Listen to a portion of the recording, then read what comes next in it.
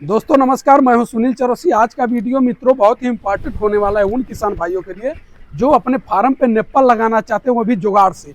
दोस्तों आप सब देख सकते हैं ये किसान जो है बिना बीन्स से ही मित्रों जो है अपना जो है नेप्पल लगा रखे हैं।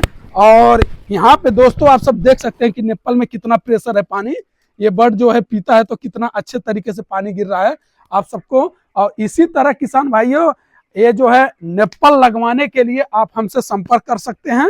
और मित्रों यहाँ पे जो नेप्पल लाइनें लगी हुई हैं, ये 4 लाइन लगी हुई है, आप सब देख सकते हैं कि दोस्तों उस साइड में दोस्तों वो जो वहाँ पे जो है टंकी लगा रखे हैं, और इस साइड दोस्तों ये अपना लेवल पाइप। दोस्तों नमस्कार।